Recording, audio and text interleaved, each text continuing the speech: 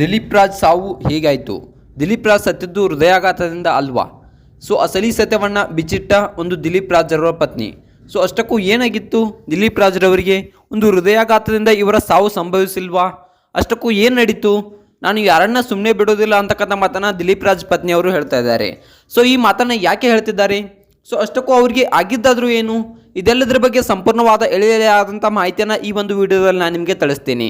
ನೀವು ನಮ್ಮ ಚಾನಲ್ಗೆ ಹೊಸಬರಾಗಿದ್ದರೆ, ನೀವೇನು ನಮ್ಮ ಚಾನಲ್ನ ಸಬ್ಸ್ಕ್ರೈಬ್ ಮಾಡಿಲ್ಲ ಅಂದರೆ ಈ ಕೂಡಲೇ ಸಬ್ಸ್ಕ್ರೈಬ್ ಮಾಡಿ, ಹಾಗೆ ಪಕ್ಕದಲ್ಲಿರೋ ಬೆಲ್ ಐಕಾನ್ನ ಪ್ರೆಸ್ ಮಾಡಿ. ಈಗ ದಿಲೀಪ್ ರಾಜ್ರವರ ಬಗ್ಗೆ ಸ್ವಲ್ಪ ನೋಡ್ಕೊಂಡು ಬರೋಣ ಬನ್ನಿ. ದಿಲೀಪ್ ರಾಜ್ ತಮ್ಮ ಬದುಕಿನ ಸಾಕಷ್ಟು ಸತ್ಯಗಳನ್ನು ಹೇಳಿ ಹೋಗಿದ್ದಾರೆ. ಆರಂಭದಲ್ಲಿ ವೈಯಕ್ತಿಕ ಲೈಫ್ ಬಿಟ್ಟು ದುಡಿಯೋದರ ಕಡೆ ಒಂದು ಮೆಲುಕು ಹಾಕಿದ್ದಾರೆ. ಸುಮಾರು ವಿಷಯಗಳು ಆದರೆ ಎಲ್ಲರ ಬಗ್ಗೆ ವಿವರಗಳನ್ನು ನಾನು ಇವತ್ತು ಕೊಡ್ತೀನಿ ಬನ್ನಿ. ಲೈಫಲ್ಲಿ ಸಾಕಷ್ಟು ಕೆಲಸ ಮಾಡಿದ್ದೇವೆ. ಆರಂಭದ ದಿನಗಳಲ್ಲಿ ಕೆಲಸ ಅಂತ ವೈಯಕ್ತಿಕ ಲೈಫ್ ಬಿಟ್ಟಿರೋದು ಇದೆ. ಆದರೆ ಹೋಗ್ತಾ ಹೋಗ್ತಾ ಅದು ಮನವರಿಕೆ ಆಗ್ತಾ ಹೋಯಿತು. ಹೋದ ಸಮಯ ಮತ್ತೆ ಬರೋದಿಲ್ಲ.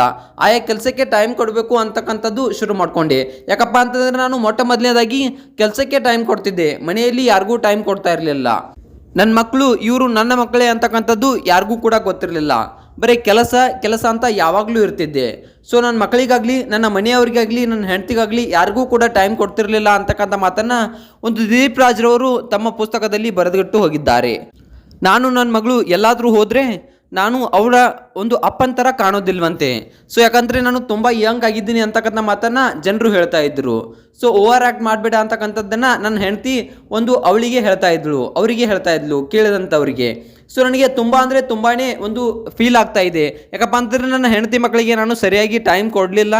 ಈಗ ಕೊಡಬೇಕಂದ್ರೆ ನನಗೆ ವಯಸ್ಸಾಗಿದೆ ಅಂತಕ್ಕಂಥ ಮಾತನ್ನು ಒಂದು ಡೈರಿಯಲ್ಲಿ ಬರೆದಿಟ್ಟು ಹೋಗಿದ್ದಾರಂತೆ. ನಮ್ಮ ಮದುವೆ ಆದಾಗ ನನಗೆ 23 ವರ್ಷ ಆಗಿತ್ತು, ಅವಳಿಗೆ 21 ವರ್ಷ ಇತ್ತು. ಪ್ರೀತಿಸಿಯೇ ಮದುವೆ ಆದೆವು. ಆದರೆ ಬದುಕಿನ ಜರ್ನಿಯಲ್ಲಿ ವೈಯಕ್ತಿಕ ಲೈಫನ್ನೇ ಮರೆತು ಬಿಟ್ಟಿದ್ದೆ. ಯಾಕಂತಂದರೆ ನಾನು ಪ್ರೀತಿಸಿ ಮದುವೆ ಆದರೂ ಕೂಡ ಯಾವಾಗಲೂ ಏನಾದರೂ ಒಂದು ಸಾಧನೆ ಮಾಡಬೇಕು. ಅಂಥದ್ದೇ ನನ್ನ ತಲೆಯಲ್ಲಿತ್ತು. ಸಾಧನೆ ಮಾಡಿ ನಾನು ದೊಡ್ಡ ಮಟ್ಟಿಗೆ ಬೆಳಿಬೇಕು ಅಂಥದ್ದೇ ನನ್ನ ತಲೆಯಲ್ಲಿತ್ತು. ನನ್ನ ಹೆಂಡತಿಗಾಗಲಿ ನಾನು ಸರಿಯಾಗಿ ಟೈಮ್ ಕೊಡಲಿಲ್ಲ. ನಾನು ಪ್ರೀತಿಸಿ ಬಿಟ್ಟೆ ಮದುವೆ ಆದರೂ ಕೂಡ ಅವಳಿಗೆ ಸರಿಯಾಗಿ ಟೈಮ್ ಕೊಡೋಕ್ಕೆ ಆಗಲಿಲ್ಲ. ಹೋಗ್ತಾ ಹೋಗ್ತಾ ಅದು ನನಗೆ ಮನವರಿಕೆ ಆಗ್ತಾ ಹೋಯಿತು. ಟೈಮ್ ಕೊಡಲೇಬೇಕು, ಮತ್ತೆ ಅದು ಬರೋದಿಲ್ಲ ಅಂತ ಅನ್ಸೋಕೆ ಶುರು ಮಾಡ್ತು. ಈಗೀಗ ಸ್ವಲ್ಪ ಟೈಮ್ ಕೊಡೋಕ್ಕೆ ಶುರು ಮಾಡಿದ್ರಂತೆ. ಈಗೀಗ ಸ್ವಲ್ಪ ಒಂದು ದಿಲೀಪ್ ರಾಜ್ರವರು ಅವರ ಹೆಂಡತಿಗೆ ಟೈಮ್ ಕೊಡೋಕ್ಕೆ ಶುರು ಮಾಡಿದ್ರಂತೆ. ಅಷ್ಟರಲ್ಲೇ ದುರಾದೃಷ್ಟವಶಾತ್ ಈಗ ಎಲ್ಲರನ್ನ ಬಿಟ್ಟು ಹೋಗಿದ್ದಾರೆ. ಓವರ್ ಆ್ಯಕ್ಟಿಂಗ್ ಮಾಡಬೇಡ ಅಂತಕ್ಕಂಥ ಮಾತನ್ನು ಅವರ ಒಂದು ಹೆಂಡತಿ ಅವರು ಹೇಳ್ತಾ ಇದ್ರಂತೆ. ಇನ್ನು ದಿಲೀಪ್ ರಾಜ್ರವರು ಸತ್ತಿದ್ದು ಹೇಗೆ, ಅವರ ಮರಣ ಹೇಗಾಯಿತು, ಅಷ್ಟಕ್ಕೂ ಹೃದಯಾಘಾತ ಇಷ್ಟು ಚಿಕ್ಕ ವಯಸ್ಸಿಗೆ ಹೇಗಾಯಿತು? ಚೆನ್ನಾಗಿಯೇ ವ್ಯಾಯಾಮನ ಕೂಡ ಮಾಡ್ತಾ ಇದ್ರು. ಯಾವುದೇ ಕೆಟ್ಟ ದುರಾಭ್ಯಾಸ ಕೂಡ ಇರಲಿಲ್ಲ.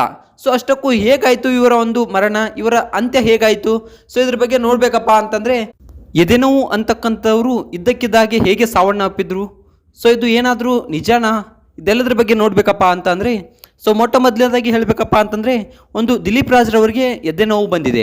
ಆ ಎದೆ ನೋವು ಗ್ಯಾಸ್ ಎಸ್ಟ್ರಿಕ್ ಇರ್ಬೋದು, ಅಥವಾ ಒಂದು ಖಾರ ಹೆಚ್ಚು ತಿಂದಿರೋದ್ರಿಂದ ಎದೆ ಉರಿತಾ ಇರ್ಬೋದು ಅಂತಕ್ಕಂಥದ್ರ ಮಾತಿನಿಂದ ನಿರ್ಲಕ್ಷ್ಯವನ್ನು ಮಾಡಿದ್ದಾರೆ. ಹಾಗೆ ತಮ್ಮ ವಾಚ್ನಲ್ಲಿ ತಮ್ಮ ಹೃದಯ ಬಡಿತವನ್ನು ನೋಡ್ಕೊಂಡಿದ್ದಾರೆ. ಎಲ್ಲವೂ ಕೂಡ ಸರಿಯಾಗೇ ಇದೆ. ಎಲ್ಲವೂ ಸರಿಯಾಗಿದೆ, ನನಗೇನೂ ಆಗಿಲ್ಲ, ಒಂದು ಗ್ಯಾಸ್ ಅಸಿಸ್ಟ್ರಿಕ್ ಆಗಿರಬೇಕು ಅಂತಕ್ಕಂಥ ಮಾತಿನಿಂದ ಅದನ್ನು ಜಾಸ್ತಿ ತಲೆ ಕೆಡಿಸ್ಕೊಂಡಿಲ್ಲ. ಇಲ್ಲ, ನನಗೇನೂ ಆಗಿಲ್ಲ ಬಿಡು ಅಂತಕ್ಕಂಥ ಮಾತಿನಿಂದ ಅದನ್ನು ಅಲ್ಲಿಯೇ ಬಿಟ್ಟುಬಿಟ್ಟಿದ್ದಾರೆ. ಅದನ್ನು ಬಿಟ್ಟು ತಮ್ಮ ಕೆಲಸವನ್ನು ಮಾಡೋಕ್ಕೆ ಶುರು ಮಾಡಿದ್ದಾರೆ. ಅದಾದ ನಂತರ ಏನಾಗಿದೆಯಪ್ಪ ಅಂತಂದರೆ, ಬೆಳಿಗ್ಗೆ ಒಂದು ಎದೆ ನೋವು ಹೆಚ್ಚಾಗಿದೆ. ಎದೆ ನೋವು ಹೆಚ್ಚಾದ ತಕ್ಷಣ ಬೆಳಗಿನ ನಸುಕಿನ ಜಾವದಲ್ಲಿ ಒಂದು ಆಸ್ಪತ್ರೆಗೆ ಕರೆದುಕೊಂಡು ಹೋಗಿದ್ದಾರೆ. ಆಸ್ಪತ್ರೆಗೆ ಹೋಗುವಷ್ಟರಲ್ಲಿ ಗೊತ್ತಾಯಿತು, ಅದೊಂದು ಹಾರ್ಟ್ ಅಟ್ಯಾಕ್ ಅಂತ ಗೊತ್ತಾಗಿ ಅಲ್ಲಿಯೇ ಒಂದು ಮರಣವನ್ನು ಹೊಂದಿದ್ದಾರೆ ಅಂತಕ್ಕಂಥದ್ದು ನಮಗೆಲ್ಲ ತಿಳಿದು ಬಂದಿದೆ. ಅಷ್ಟಕ್ಕೂ ಆ ಒಂದು ವಾಚ್ನಿಂದನೇ ಅವ್ರ ಸಾವಾಯ್ತಾ? ಆ ವಾಚ್ನಿಂದನೇ ಅವರು ತಮ್ಮ ಎದೆ ನೋವನ್ನು ನಿರ್ಲಕ್ಷಿಸಿದ್ರಾ? ಇವ್ರ ಬಗ್ಗೆ ನಿಮ್ಗೆ ಏನು ಅನಿಸುತ್ತೆ? ಇವರ ಯಾವ ಮೂವಿ ನಿಮಗೆ ಇಷ್ಟ ಅಂತಕ್ಕಂಥದ್ದನ್ನು ಕಮೆಂಟ್ ಮಾಡಿ.